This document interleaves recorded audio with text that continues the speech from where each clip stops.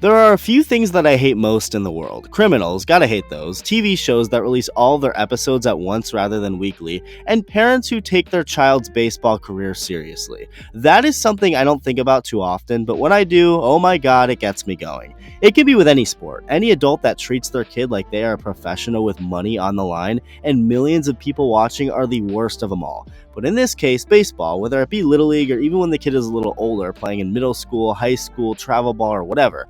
And it doesn't just stop with the parents. The coaches, too, at any young baseball level, treating these kids like professionals, and it's sickening. So why am I randomly bringing this up? Well, a lot of you already know, but there is an extreme elbow epidemic in baseball, and I believe parents and coaches taking their kids' baseball career so seriously plays a big part in this. So welcome back to the channel, and if you're new or just haven't subscribed yet and you enjoy this video, hit that button and leave a like. Thank you. Baseball has a lot of overall issues. It's never perfect, nothing is. It's all a work in progress, but the elbow problem may very well be the biggest and most alarming problem in the game. When you think problems the game has, you typically think of pace of play issues, blackouts, not promoting the game and its players enough and as effective like other sports do, the money and financial aspect, all things that have actually been improving, but the similarity all those problems have is who gets to attempt to fix them and work on them, which is baseball itself, the commissioner, Rob Manfred, and his office of people running these things. They make the rules on how it works. When it comes to the elbow epidemic, that's not a problem Rob Manfred and the commissioner's office can really fix. Sure, there are some things here and there that they can do, but when the issue stems from such a young age, years before Major League Baseball comes into play at all for these players, that's when you realize it's a much broader issue with so many people involved contributing to it. Players across the league get elbow surgery every year, most notably ulnar collateral ligament reconstruction, aka Tommy John surgery. I've made this term before, and I'll keep saying it as long as it's relevant. Pitchers in Major League Baseball today, or even minor league baseball, any professional level, are walking Tommy John surgeries. Whether they get it at 18, 23, 28, or 35, or whatever, they're bound to get it at least once, and then there's a decent chance you get it twice, or maybe even 3 times. Players are throwing harder than ever, and velocity is only going up and up. That's what schools prioritize when deciding to give a person a scholarship to pitch for their baseball team, and that's what MLB teams prioritize when deciding to draft them. And I mean, shoot, it makes sense. Velocity does matter with spin rate and all of that.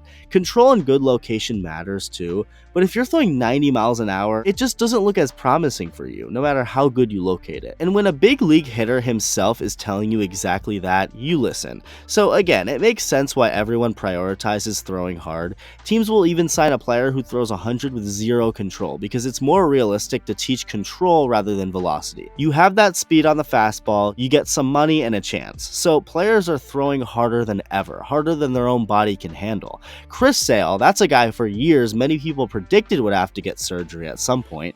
His delivery to the plate was so funky and he threw so hard, and, well, like clockwork, it all caught up to him eventually and he had to get Tommy John. Jacob deGrom is one of those multiple Tommy John guys. He got it back in 2010 when he was in his early 20s, and he had to get it again this past year in his mid-30s. He'd been throwing over 100 miles an hour on his fastball, like Sale, and like others, just too hard for his body to handle. So many pitchers, great pitchers, had to get Tommy John just last year. Jacob deGrom, Sandy Alcantara, Robbie Ray, Shane McClanahan, and Walker Buehler is a 6 starting 5. And coming in from the bullpen, you got Felix Bautista and Liam Hendricks. This group is unbeatable. But unfortunately, this group is the ones who either weren't or won't be able to pitch for a while because of their elbow surgery. Shohei Ohtani, the most exciting player in the world, had to get elbow surgery last year. It wasn't Tommy John surgery, apparently, although he can't pitch now until 2025, so it's knocking him out for the same amount of time Tommy John would have anyway. It's just not ideal. None of this is, and it goes beyond Major League Baseball. Like I said, that's where it all stems from, and there's so many people contributing to this rather than just the people running the league. There is an insanely scary stat I saw today regarding elbow injuries and Tommy John surgery. Not with the pros, but with the kids. According to a study by Chicago's Rush University Medical Center, the biggest age group needing Tommy John surgery in the country is between 15 and 19 years old. Kids whose arms have not fully developed now account for 57% of all Tommy John surgeries nationwide. Think about that for a second. More than half of Tommy John surgeries in the United States are not from professional baseball players, not players in their 20s or 30s, but kids. teenagers. That is scary. That is horrible, and just proves that this all begins before a player even gets drafted, let alone plays in MLB. Tommy John has been on the rise in youth for a long time now, and it's only getting worse, clearly. The culture around youth baseball is the biggest problem. At least it seems pretty obvious to me. Years ago, kids were encouraged to play multiple sports throughout the year.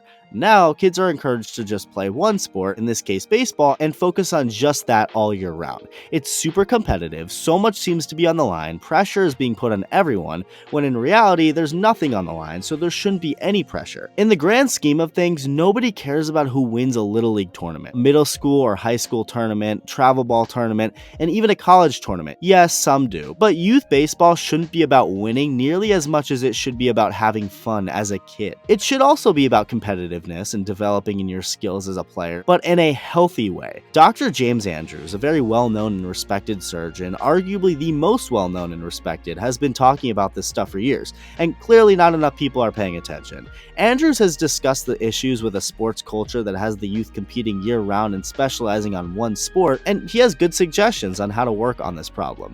For some examples, there should be pitch counts for youth baseball and softball. Apparently, the idea that softball's underhand motion is natural and limits injuries is a myth, according to him, which I find interesting. Andrews thinks athletes aged 14 and under should have at least a 2-month break with no organized leagues or intense training, also saying that 3 or 4 months would be better, and all they should do during that time is conditioning, flexibility, and strength work, with studies also showing him that when pressure or being burnt out causes athletes to quit sports before high school, all the pressure they get from youth sports being so competitive, they tend to not come back, and those individuals also are less likely to be active adults. So it really affects a lot long-term in life too, not just with injuries when you put so much year-round pressure on these kids. Andrews knows what the hell he's talking about, obviously, at least way more than any parent or coach who thinks they know how to handle the kid's arm. And we need more voices like his spreading the right way to go about everything, rather than parents who live through their child and put pressure on them to be as good as Garrett Cole at 16 years old. And coaches don't need to be pushing these kids in order to win a tournament that really doesn't matter.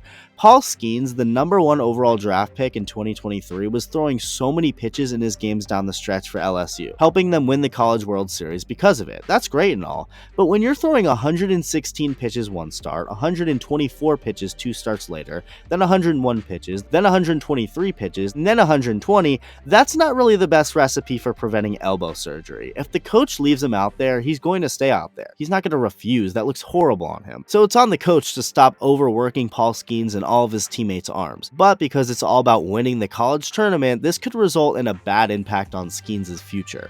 It could impact the money that could be made if he gets hurt and nobody trusts to give him a lot of money. It could also impact the Pirates and any other team that has him at the big league level. He gets Tommy John, that affects everyone too. So Skeens is a good example. I wish he was the only example, but he's not. There are so many others like him too. Too many others like him. That's the problem. I'm not an expert or savior on anything, and that includes fixing the elbow epidemic in baseball. There's not too much I or anyone can do directly to help the entire issue, but I felt I should shed some more light on this problem, what the root of it looks like, and how it can be worked on. There's a lot at play, but just like with most things, it starts when these players are young. It's on the parents, the coaches, and the adult figures in these children's lives to guide them on how to go about their career and development in the healthiest way possible. Let me know what you think. Thank you for watching, and I'll see you in the next video.